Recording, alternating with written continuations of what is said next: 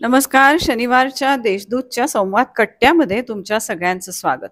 दिवस इलेक्शनचे आहेत, लोकसभेची निवडणूक सुरू आहे आणि आपल्याकडे सुद्धा छानपैकी वातावरण आता हे इलेक्शनचं तापलेलं दिसतंय.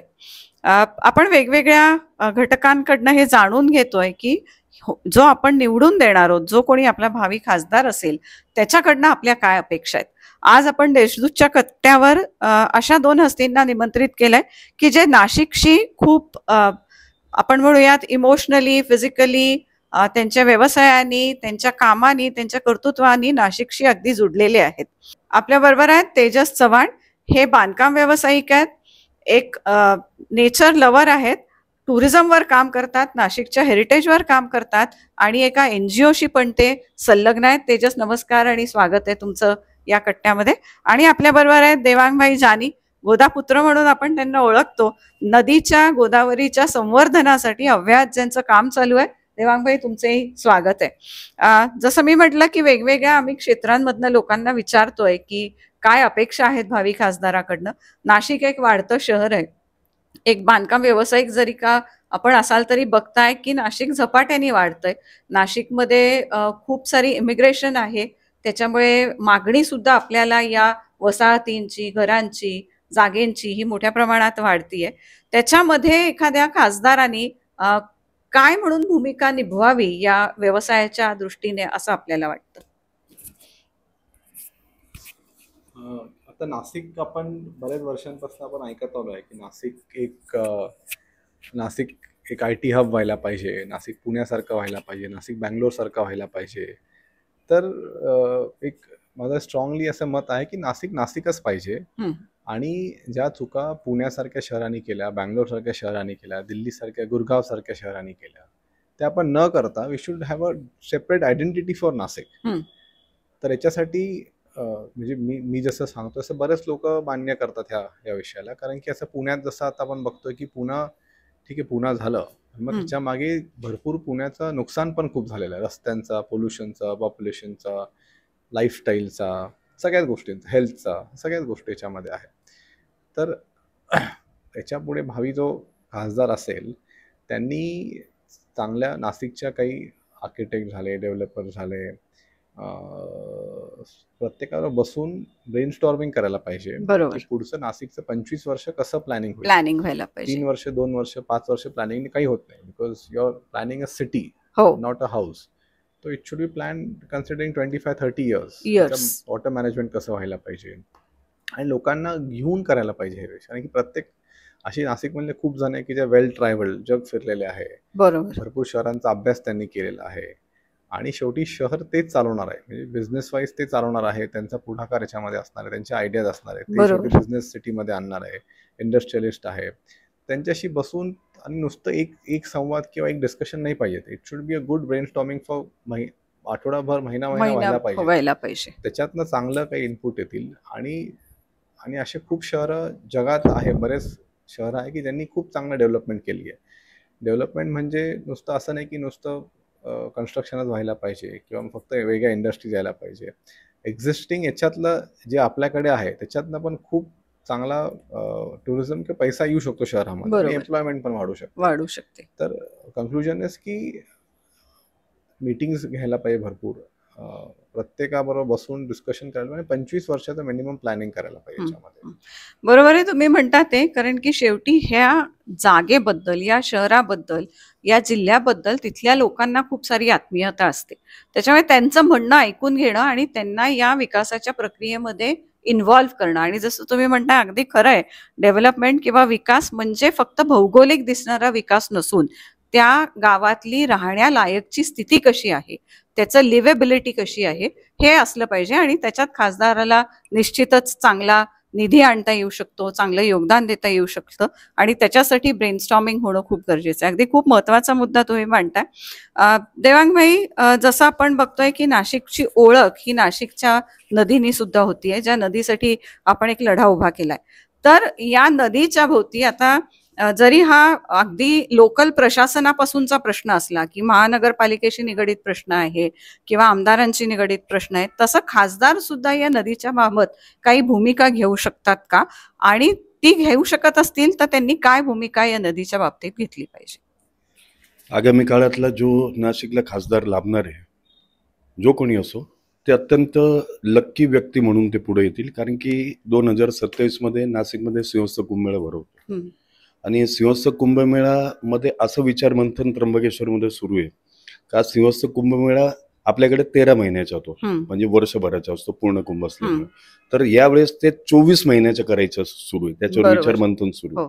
म्हणजे 2 वर्ष सिंहस्थ कुंभमेळा नाशिकमध्ये भरवला जाईल असा एक प्राथमिक कयास आहे. आणि त्या निमित्ताने भारतभरातून मोठ्या प्रमाणामध्ये लोक येतील. आता नाशिकच्या ज्याप्रमाणे ब्रँडिंग व्हायला पाहिजे, मार्केटिंग व्हायला पाहिजे, ते आता PM वगैरे येऊन गेले, त्यामुळे ते ऑटोमॅटिकली झालेले आहे. आणि सिंहस्थ कुंभमेळ्याला कुठल्याही निमंत्रणाची गरज नसते. आता जे काही भावी खासदार आहे त्यांना आयती संधी ही उपलब्ध होणार आहे. त्या संधीचं सोनं त्यांनी केलं गेलं पाहिजे. त्यामुळे या पद्धतीचा आपल्याला खासदार पाहिजे की ज्याला गोदावरी नदी ही आपली शहराची मूळ ओळख आहे, ती ओळख आणि तिला कसं गत वैभव प्राप्त करून देता येईल, ती काँक्रिटीकरण मुक्त कशी करता येईल, ती प्रदूषण मुक्त कशी करता येईल, ती पुनर्प्रवाही कशी करता येईल, आणि ती 100% खासदारांची जबाबदारी. वासे आपण नाशिक महानगरपालिका आणि महाराष्ट्र गव्हर्नमेंट इथपर्यंतच घेतो, पण आपण एक विसरतो का गोदावरी नदी ही राष्ट्रीय नदी आहे, नोटिफाईड रिव्हर आहे. ज्यावेळेस ती राष्ट्रीय नदी आहे, 6-7 स्टेट मधून ती प्रवाही होते, मग ती राष्ट्रीय नदीचा दर्जा असताना तिला गल्लीबोळातली नदी का केली आपण? काही गल्लीबोळातले 4 लोक येतात, डिसिजन घेतात, काहीतरी चांगलं काम होते त्याला थांबवण्याचा प्रयत्न करतात. असं व्हायला नको. आपल्या गोदावरी बद्दल जो पार्लमेंटच्या हाऊस मध्ये जो व्हॉइस रेस केला गेला पाहिजे, आजपर्यंत गोदावरी बद्दलचा विषय मांडला गेला नाही. गंगा आपल्याला सावत्र वागणूक मिळते असं आम्हाला वाटतंय, असं माझं तर ठाम मत झालेलं. का नमामि गंगे प्रोजेक्टच्या निमित्ताने 20,000 कोटी जर गंगा नदीला मिळत असतील, आनंदाची गोष्ट आहे, नदी आहे. परंतु मग गोदावरी नदीला का सावत्र वागणूक? मग तिला पण तुम्ही राष्ट्रीय नदीचा दर्जा दिला आहे, तर मग राष्ट्रीय धोरण तिच्यासाठी पाहिजे ना. नदी सुधार योजना वगैरे पाहिजे, नमामि गोदे प्रकल्प, हे सर्व आपण ऐकतो पण प्रत्यक्ष त्याच्यावर काही मिळत नाही.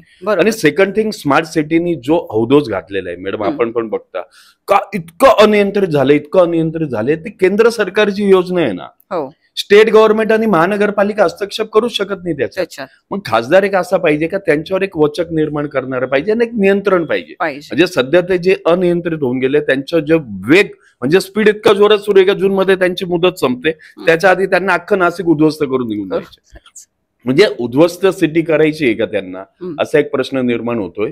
आणि एक आमची अशी मागणी मध्ये आपण त्यासाठी प्रयत्न पण केलेले होते का नाशिकमध्ये एक कॉरिडॉर व्हायला पाहिजे. म्हणजे तो कॉरिडॉर या पद्धतीने पाहिजे का जेणेकरून विकास पण व्हायला पाहिजे, स्थानिकांना रोजगार उपलब्ध व्हायला.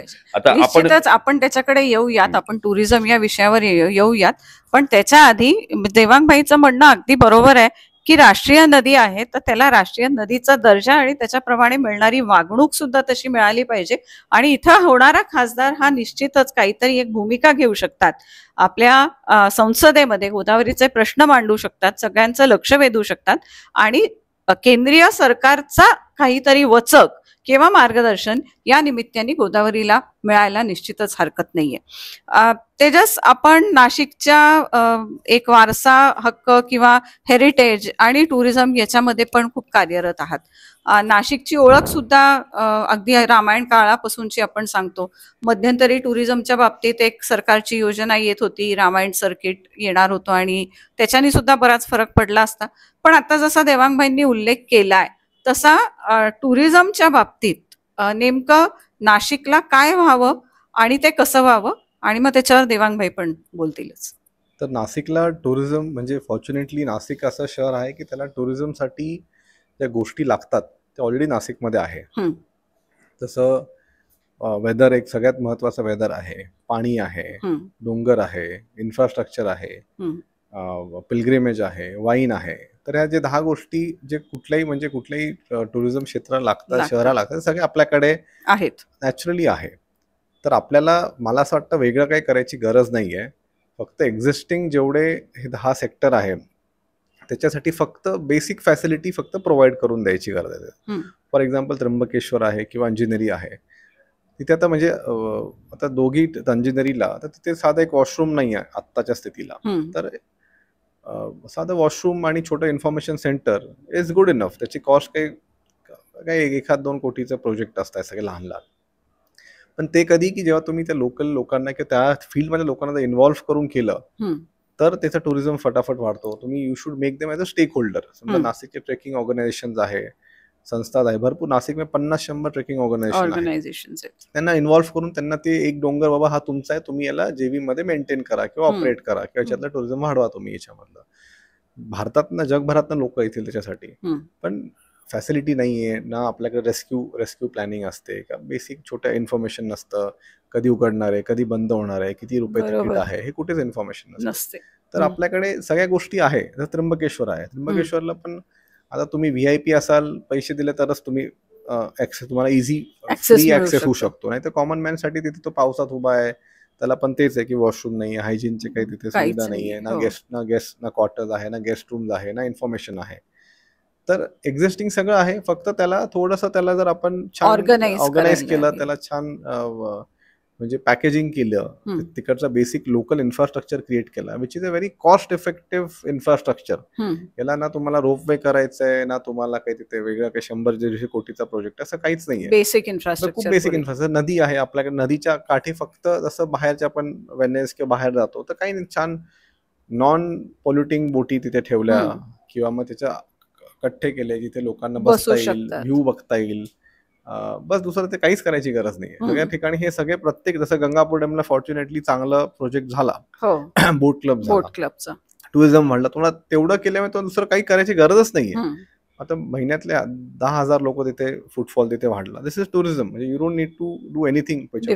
बेसिक इन्फ्रास्ट्रक्चर थोडा जर क्रिएट केला तर ॲग्रो टुरिझम नाशिकमध्ये खूप मोठं आहे. म्हणजे नाशिकमध्ये छान फॅमिलीजचे लोक आहे जे त्यांनी स्वतः होम ग्रोन किचन चालू केलं आहे, ऑर्गॅनिक फार्मिंग चालू केलं आहे.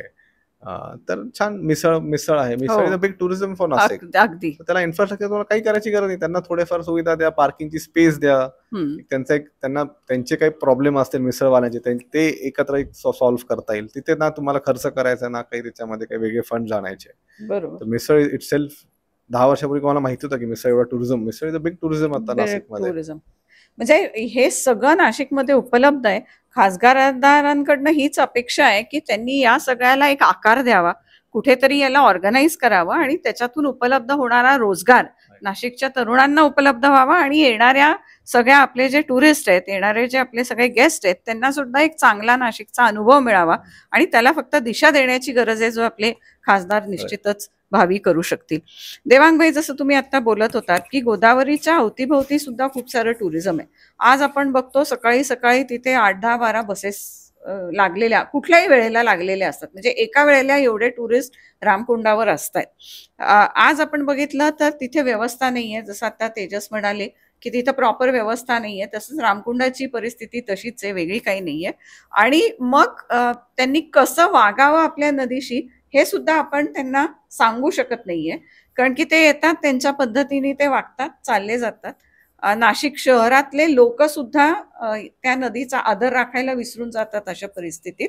मग अशा परिस्थितीत जर का वॉटरफ्रंट डेव्हलपमेंट म्हणून काही मागे असे प्रोजेक्ट्स आपण ऐकले होते की प्रत्येकाच्या मॅनिफेस्टोमध्ये हे लिहिलेलं असतं की नाशिकच्या गोदावरीवर आम्ही वॉटरफ्रंट डेव्हलपमेंट करणार आहे आणि गोदावरीच्या बँक्स ज्या आहेत, गोदावरीचं तीर जे आहे तिथे आम्ही विकास करणार आहोत, म्हणजे मग टुरिस्ट येतील.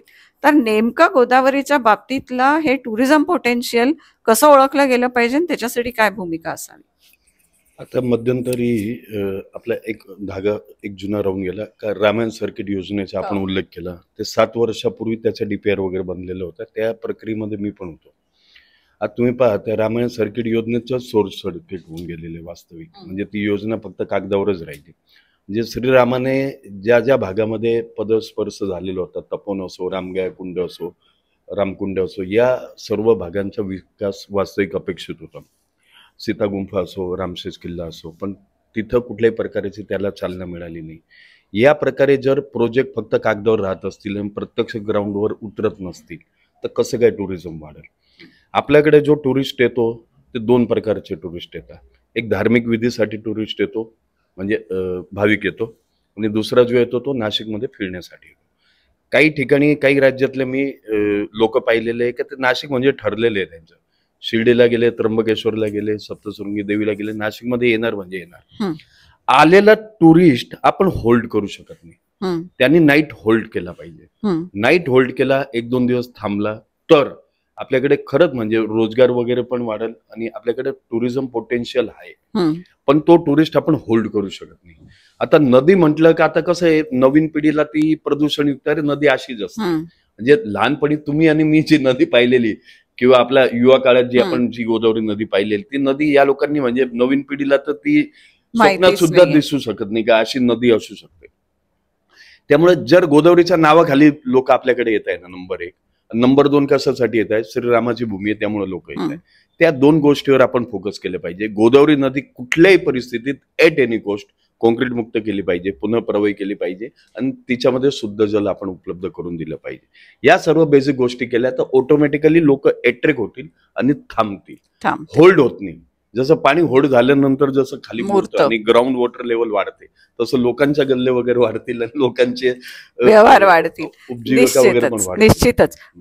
तेजस, जसं आता आपण बघितलं की नाशिककरांची ही पण एक अपेक्षा आहे की जसं बनारसला झालं किंवा जसं उज्जैनला झालं तसं एक कॉरिडॉर हे नदीच्या अवतीभोवती जी सगळी मंदिर आहेत, मग कपालेश्वर मंदिर आहे, काळाराम मंदिर आहे, गोराराम मंदिर आहे, तर या सगळ्या परिसरात एक चांगलं कॉरिडॉर हवं, ज्याचा उल्लेख मगाशी देवांगबाईंनी पण केला. तर असं व्हायला काही हरकत आहे का? काहीच हरकत नाही. म्हणजे हे तर आता कुठल्याही जगात आपण कुठल्याही साईट, कुठली पण हेरिटेज साईट असेल की पिलग्रिमेज साईट असेल, सगळ्यात पहिले तिथे चालू होतं तिकडची tour, which is the most important. बाहेरनं कोणी आल्यावर त्याला तिकडची इन्फॉर्मेशन कशी मिळणार आहे किंवा त्याचा एक्सपिरियन्स कसा राहणार आहे तो. म्हणजे अशी लोकांची तर अपेक्षा नाही राहिली की आता एक काळ गेला की लोक मंदिरात जाऊन नुसतं लोकांनी दर्शन घेतलं किंवा फुलं वाहिले आणि परत येऊन गेले.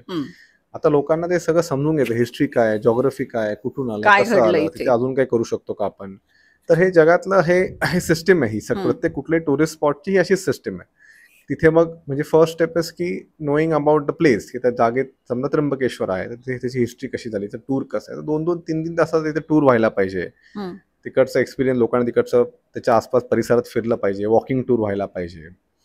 आणि मग तिथे मग असं काही गोष्टी इंटरेस्टिंग झाल्या तर लोकांना ते राहायला जास्त आवडेल. जसं देवांगबाईंनी सांगितलं की तिथे लोकांनी राहायला पाहिजे. कधी राहतील, जेव्हा ते ज्या जागेची महत्व आपण जर चांगला करून दाखवला की इथे छान व्हायब्रेशन आहे, इथे पॉझिटिव्ह व्हायब्रेशन आहे, इथे राहिल्यावर तुम्हाला छान वाटेल किंवा इथे ऑक्सिजन चांगला आहे, तर अशा काही गोष्टी जर आपण सांगितल्या किंवा छान म्हणजे क्युरेट करून घेतल्या गव्हर्नमेंटकडनं आणि त्याच्यासाठी आपण फॅसिलिटी प्रोव्हाइड केली, लोकल लोकांना टुरिस्ट गाईड म्हणून बनवलं, तिकडनं उत्पन्न म्हणजे हा सगळ्यात इझिएस्ट सोर्स ऑफ एम्प्लॉयमेंट आहे. हा तिकडचे 50 टुरिस्ट गाईड तिथे बनवले आणि रादर दॅन ते पार्किंग बिर्किंगचे एक्स्ट्रा पैसे घेण्यापेक्षा टुरिस्ट गाईड बनतील, 2 पैसे त्यांना चांगले मिळतील, इन्फॉर्मेशन लोकांपर्यंत पोहोचेल आणि हा सगळ्यात इझिएस्ट वे ऑफ टुरिझम आहे. आणि तिकडे लोक 1 दिवस काय 4-4 दिवस लोक ते राहू शकतील. असं असे तर नाशिक मध्ये प्रत्येक स्पॉट मध्ये असं होऊ शकतं. तसं एक सगळ्यात चांगलं एक्झाम्पल नांदूर माध्यमेश्वरचं आहे आता, की एवढ्या वर्षात तिथे छान लोकल टुरिस्ट झाले तिथे चांगले, ते तिकडचे मुलंच गाईड होऊन गेले आणि ते व्हेरी वेल ट्रेंड, म्हणजे छान पक्ष्यांची माहिती देतात. तो एक छान स्पॉट. तिथे काही केलं, तिथे काय असं वेगळं काही इन्फ्रास्ट्रक्चर केलेलं नाही आहे. त्या नॅचरल स्पॉटला फक्त रिटेन केलंय, त्यातला फक्त तसंच ठेवलेलं आहे आणि त्या मुलांना छान ट्रेन केलं, बस झालं, टुरिझम वाढला तिकडचं. अपेक्षा आधी साध्या सरळ सोप्या आहेत. मुळात खासदारांनी खूप सारा इनिशिएटिव्ह घेतला पाहिजे. त्यांनी खूप सारं काम हे नाशिकला डोळ्यासमोर ठेवून, नाशिक हे उद्दिष्ट ठेवून करायला हवं. मग ते बांधकाम व्यावसायिक असो, की आपल्याकडे ज्या पद्धतीने बांधकाम व्यावसायिकांच्या अडचणी आहेत किंवा ज्या पद्धतीने विकास घडू पाहतोय त्याला एक आकार देणं असो, किंवा गोदावरीचं संवर्धन होणं जे गरजेचं आहे ते असो, किंवा जसं दोघंही भरभरून या नाशिकच्या टुरिझमवर बोलतायत हे टुरिझम असो, या सगळ्यामध्ये होणाऱ्या आमच्या खासदारांनी काहीतरी ठोस भूमिका घेणं अपेक्षित आहे. या सगळ्या बाबतीत संसदेमध्ये प्रश्न मांडणं, जे काय सरकार आहे त्या सरकारचं लक्ष वेधून घेणं, लागणारा निधी त्याला उपलब्ध करून देणं आणि एकंदरीतच नाशिकचा विकास हा फक्त भौगोलिक न घडवता जो मुळात नाशिकचा बेस आहे, अध्यात्म आहे, तो एका प्रकारे आध्यात्मिक विकास सुद्धा नाशिकचा या सगळ्या टुरिझमच्या माध्यमातून आणि अशा प्रकारच्या विकासातून निश्चित घडू शकेल. हीच अपेक्षा आपणही बाळगूयात की होणारे खासदार हे निश्चितच या सगळ्या प्रश्नांकडे, या सगळ्या भूमिकांकडे अगदी जाणीवपूर्वक लक्ष देतील आणि खऱ्या अर्थाने होणारा विकास हा नाशिकचा घडवून आणतील. तुम्ही दोघं इथे उपस्थित झालात आणि तुमची मतं मांडलीत, अतिशय स्पष्टपणे आणि चांगल्या पद्धतीने तुम्ही या अपेक्षा व्यक्त केल्यात. या अपेक्षा पूर्ण होतील असेच आपण अपेक्षा करूयात. आणि थँक्यू फॉर बिंग हिअर.